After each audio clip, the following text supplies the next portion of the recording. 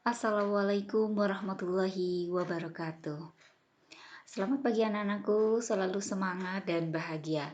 Kali ini jumpa lagi dengan Bu Guru masih di sini di channel Bu Iroh Belajar yang selalu semangat untuk mempelajari hal-hal yang baru.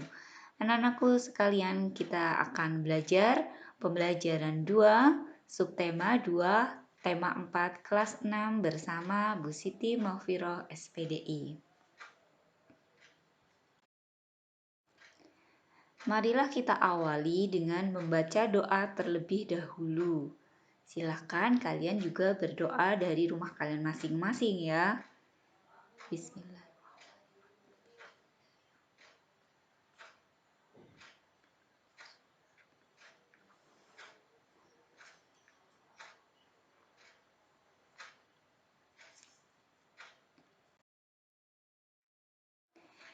Anak-anakku, kalian bisa ikut menyimak teks yang akan kita baca bersama-sama. Kalian bisa membuka LKS tema kalian halaman 27 ya sampai dengan halaman 29. Pastikan setiap kali kalian menyimak channel Bu Guru, kalian siapkan juga LKS kalian ya. Yuk kita mulai dengan ayo membaca. Pengrajin Garut yang menembus dunia. Sekarang ini, siapa yang tak kenal Mang Samad, pengrajin sandal kulit dari Garut? Ia sering sekali diundang di berbagai acara temu wirausaha untuk menjadi pembicara dan pemberi motivasi bagi para wirausahawan muda. Memang kerja keras Mang Samad patut dicontoh. Tak banyak wirausahawan kecil seperti dirinya yang bisa berkembang hingga terkenal di mancanegara. Dulu, Mang Samad hanyalah seorang penjajah sandal kulit keliling.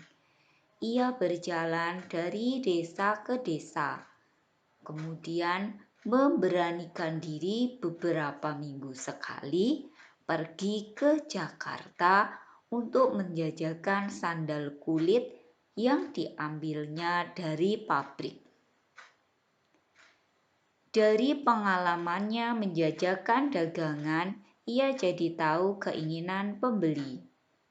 Ia jadi tahu model seperti apa yang menjadi favorit pembeli.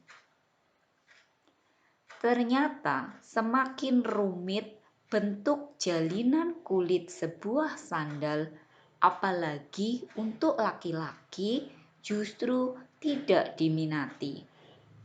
Bentuk sederhana dan klasik tetap menjadi favorit pembeli. Namun kualitas kulit dan jahitan sandal menjadi hal yang utama. Merasa tak puas jika hanya menjajakan, Mang Samad pun belajar untuk membuat sandal.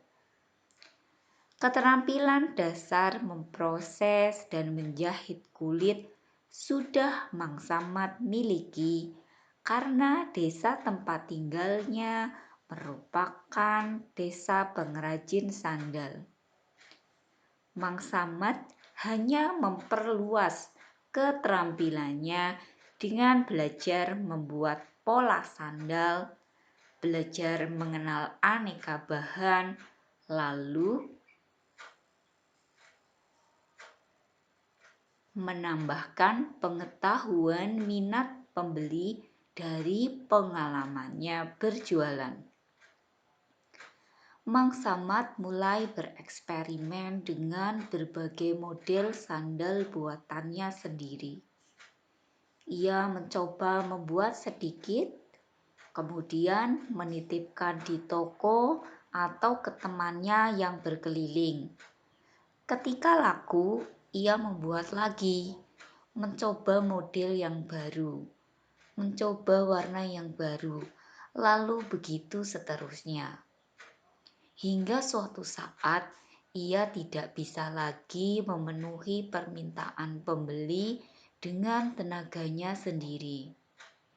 Maka mulailah Mang Samad mencari pegawai yang bisa membantunya. Dari 1-2 pegawai, sekarang sudah lebih dari 10 pegawai yang bekerja membantunya. Ia tak pernah jauh-jauh mencari pegawai, hanya dari orang-orang dekat di lingkungan tempat tinggalnya. Ia ingin kemajuan usahanya dirasakan juga oleh lingkungan terdekatnya. Semakin maju usahanya, semakin maju juga tingkat penghidupan pegawai yang bekerja membantunya. Mang Samad tidak saja menaikkan taraf hidupnya, tetapi juga membantu memajukan taraf hidup masyarakat di lingkungannya. Belajar yang tak pernah henti membuat usaha yang dirintis Mang Samad terus berkembang. Berbeda dengan produk sandal Garut yang model dan bahannya tak berubah dari waktu ke waktu, Mang Samad sering memperhatikan model sandal di majalah dan model sandal merek luar negeri yang dijual di toko. Ia pun secara berkala mengeluarkan model baru.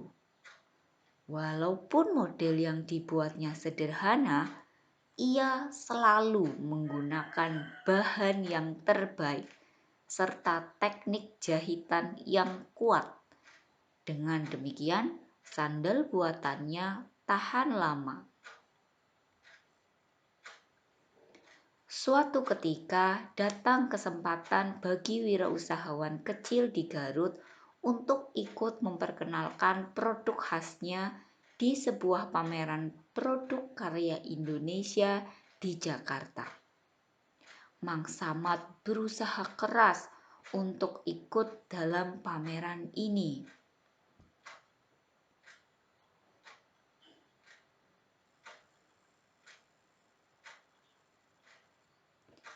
Ia bahkan mencari informasi bagaimana membuat brosur produk yang menarik. Ia juga bekerja sama dengan temannya yang pandai bertukang untuk membuat tampilan area pameran yang berbeda. Ternyata usaha Mang Samad tidak sia-sia. Brosur produk yang informatif, area pamer yang menarik, serta kualitas produk yang baik membuat stand sandal kulit Mang Samad ramai didatangi pengunjung pameran. Tidak hanya sandal yang dijualnya laris manis, Mang Samad juga didekati oleh beberapa importir dari luar negeri yang tertarik dengan produknya. Hanya dari satu pameran, produk Mang Samad sudah dikenal oleh banyak kalangan. Sekarang produk sandal buatannya sudah menembus ke pasar mancanegara. Model yang sederhana dengan kualitas bahan dan jahitan yang baik membuat sandal buatannya disukai banyak kalangan di luar negeri. Tidak hanya membawa kebanggaan bagi dirinya, bagi keluarganya, atau bagi pekerjanya. Produk sandal kulit buatan Mang Samad dari Garut membuat Indonesia makin dikenal, membuat Indonesia makin bangga dengan kerja keras anak negerinya. Sandal kulit Garut dapat mengharumkan nama Indonesia dan turut memajukan perekonomian bangsa.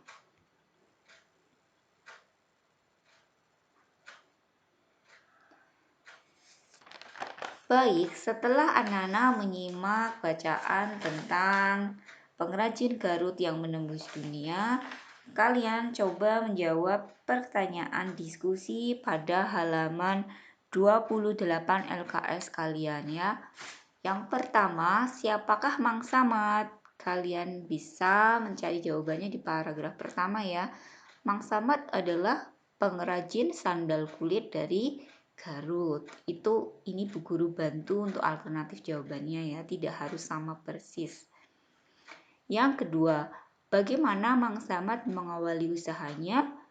Mang Samad mengawali usahanya sebagai seorang penjajah sandal kulit keliling dari desa ke desa. Yang ketiga, bagaimana Mang Samad mengembangkan usahanya? Mang Samad mengembangkan usahanya dengan mencoba membuat sandal sendiri dan menjualnya ke toko atau dititipkan ke temannya yang merupakan penjajah keliling. Kemudian jika habis dia akan membuat lagi dengan model yang berbeda serta bervariasi. Begitu terus-menerus sampai akhirnya Mang Samad kewalahan untuk memenuhi permintaan pembeli, sehingga ia akhirnya mencari pegawai untuk membantunya. Mulai dari 1-2 pegawai sampai Mang Samad memiliki 10 pegawai dari lingkungannya sendiri. Yang keempat, keberhasilan apa yang sudah dicapai oleh Mang Samad?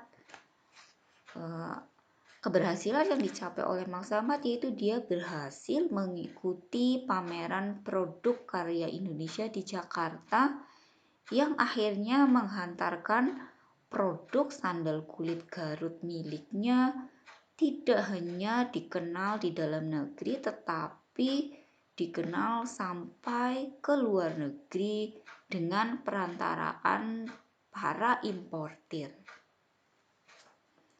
Yang kelima, keterampilan apa saja yang dimiliki oleh Mang Samad? Mang Samad memiliki keterampilan memproses dan menjahit kulit, kemudian membuat pola sandal, mengenal aneka bahan, serta memiliki keterampilan mengenal minat pembeli. Yang keenam, sikap apa yang dimiliki oleh Mang Samad? Jelaskan.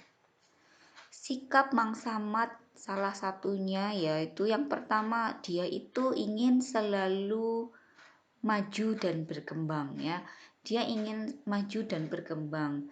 Dibuktikan dengan dia tidak berhenti saja hanya menjadi penjajah sandal kulit keliling, tapi dia mencoba untuk berkembang. Jadi dia memiliki keinginan untuk maju dan berkembang, tidak hanya menjadi penjajah sandal keliling. Kemudian sikap yang dimiliki oleh Mang Samad yang lain yaitu sikap berani mencoba. Mang Samad berani mencoba untuk membuat sandal sendiri. Belajar membuat pola sandal dan mencoba mengenal aneka bahan. Jadi dia sikap yang kedua itu berani mencoba.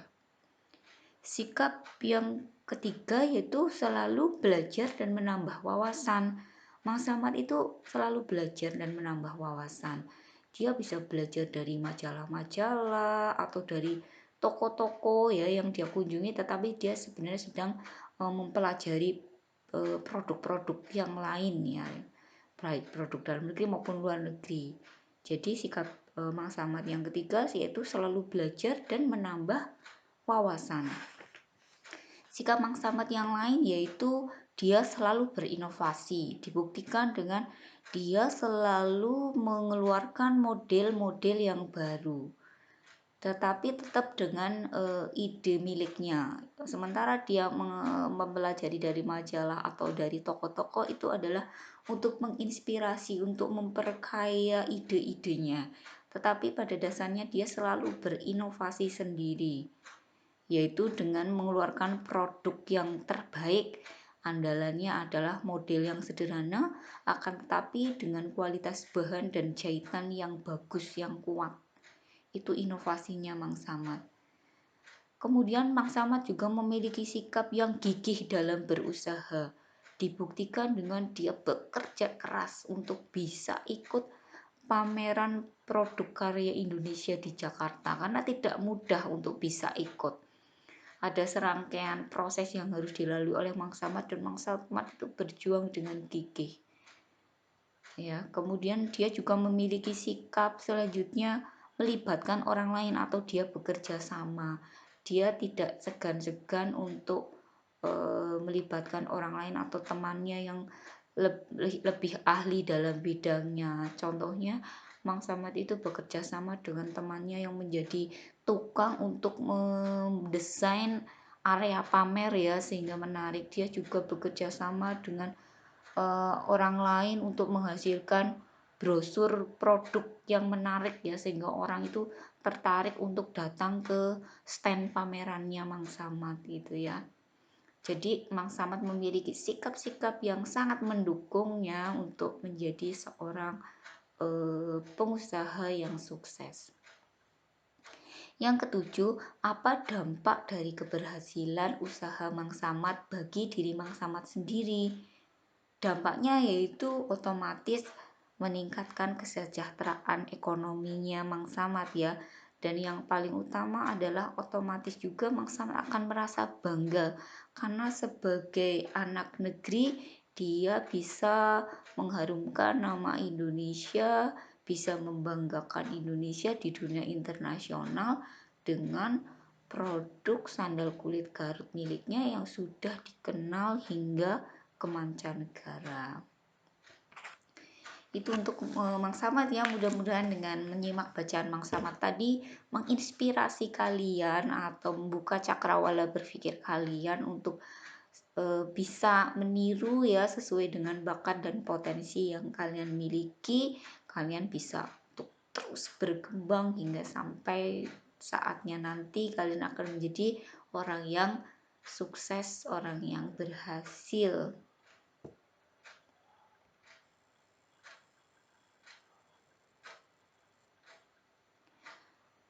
Masyarakat Indonesia mempunyai keberagaman ekonomi. Seperti yang telah kamu pelajari sebelumnya, bahwa keberagaman itu dipengaruhi oleh banyak faktor. Salah satunya keterampilan dan pendidikan serta usaha keras.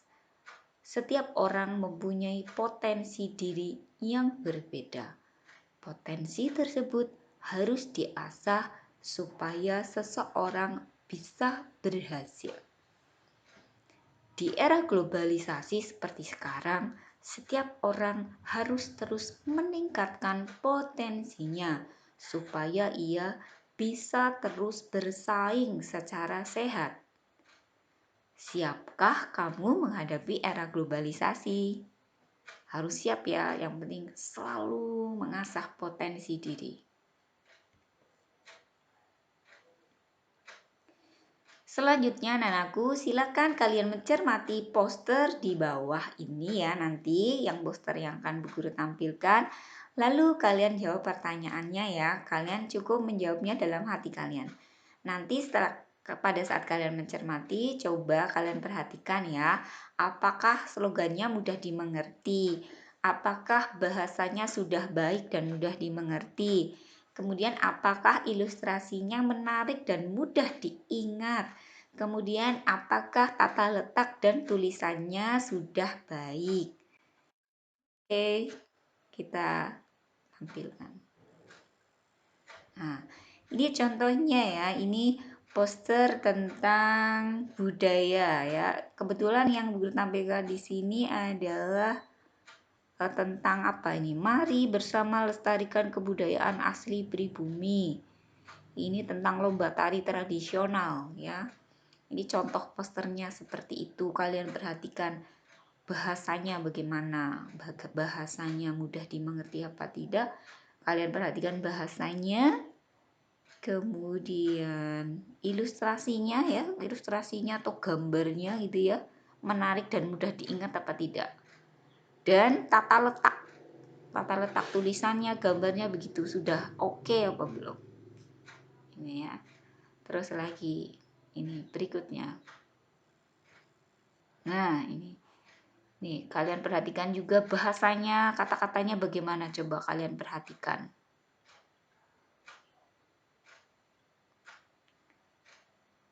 Terus ilustrasinya bagaimana, menarik apa tidak, orang jadi ingin lihat lebih seksama apa tidak, tata letak tulisannya ya, ada di pojok, di atas, di tengah tata letak tulisannya dan gambarnya, coba kalian perhatikan.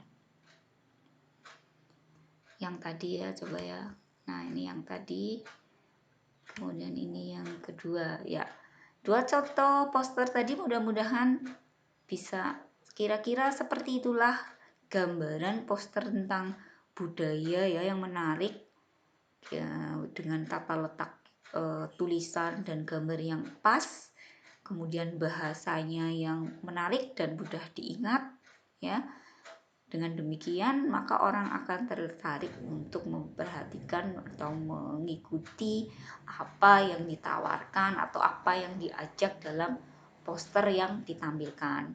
Kalau kalian untuk poster yang Banyumas mungkin gambarnya tentang kuda lumping ya, atau kalian mengenal di desa kalian itu namanya ebek ya, bisa juga. Itu bisa, atau misalnya kalau tidak yang ini ya, wayang kulit misalnya ya. Itu adalah budaya kita ya, orang Banyumas biasanya nanggap wayang kulit atau ebek atau kuda lumping ya, bahasa Indonesianya kuda lumping. Baik, itu saja yang dapat Bu Guru sajikan untuk pembelajaran 2 kali ini. Matur nuwun sanget ingkang sampun like, share, lan subscribe nggih. Mugi-mugi manfaat. Itu yang dapat Bu Guru sampaikan, kurang lebihnya mohon maaf. Wassalamualaikum warahmatullahi wabarakatuh.